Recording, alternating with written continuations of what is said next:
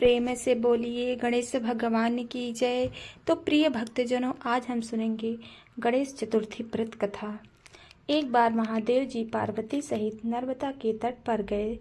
वहाँ एक सुंदर स्थान पर पार्वती जी ने महादेव जी के साथ चौपड़ खेलने की इच्छा व्यक्त की। तब शिव जी ने कहा, हमारी हार जीत का साक्षी कौन होगा? तत्पश्चात पार्वती ने वहाँ के घास के तिनके बटोरकर एक पुतला बनाया और उसमें प्राण प्रतिष्ठा करके उससे कहा, बेटा, हम चौपड़ खेलना चाहते हैं, किंतु यहाँ हार जीत का साक्षी कोई नहीं है।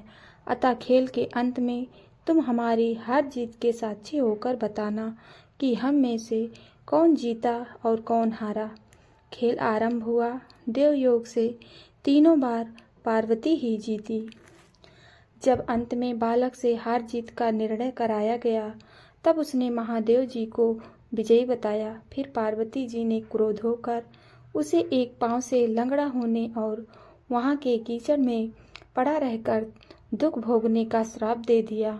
बालक ने विनम्रता पूर्वक कहा, माँ, मुझसे अज्ञानवश ऐसा हो गया है।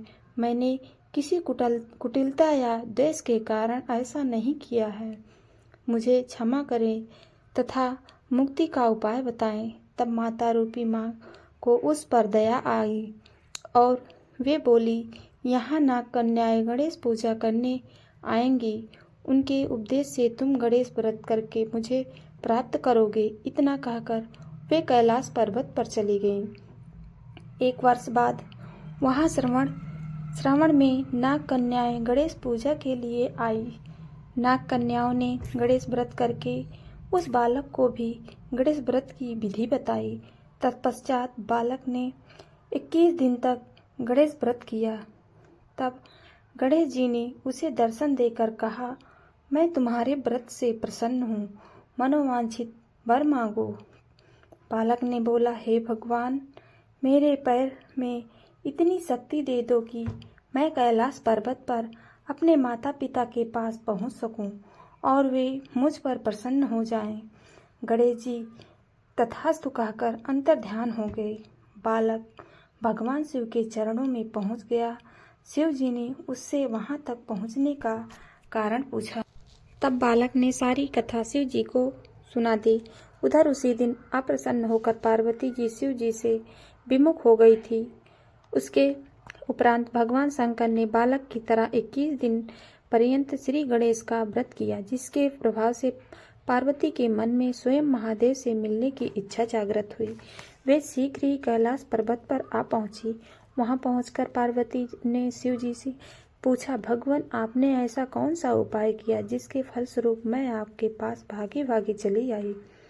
शिव जी ने गणेश व्रत का इतिहास उनसे कह दिया। तब पार्वती ने अपने पुत्र कार्तिकेय से मिलने की इच्छा से 21 दिन पर्यंत 21-21 की संख्या में दुर्वा, पुष्प तथा लड्डुओं से गणेश जी का पूजन किया। 21वें दिन स्वयं ही कार्तिकेय पार्वती जी से मिलने आ गए। उन्होंने भी मां के मुख से इस व्रत का महात्म्य सुनकर व्रत किया। फिर कार्तिकेय ने यही व्रत विश्वामित्र जी को बताया। विश्वामित्र जी ने व्रत करके गणेश जी से जन्म से मुक्त होकर ब्रह्म ऋषि होने का वर मांगा। गणेश जी ने उनकी मनोकामनाएं पूर्ण की। कहते हैं, जो भक्त गणेश जी की पूजा पाठ तथा कथा को सुनते हैं, उसकी सभी मनोकामनाएं पूर्ण होती हैं।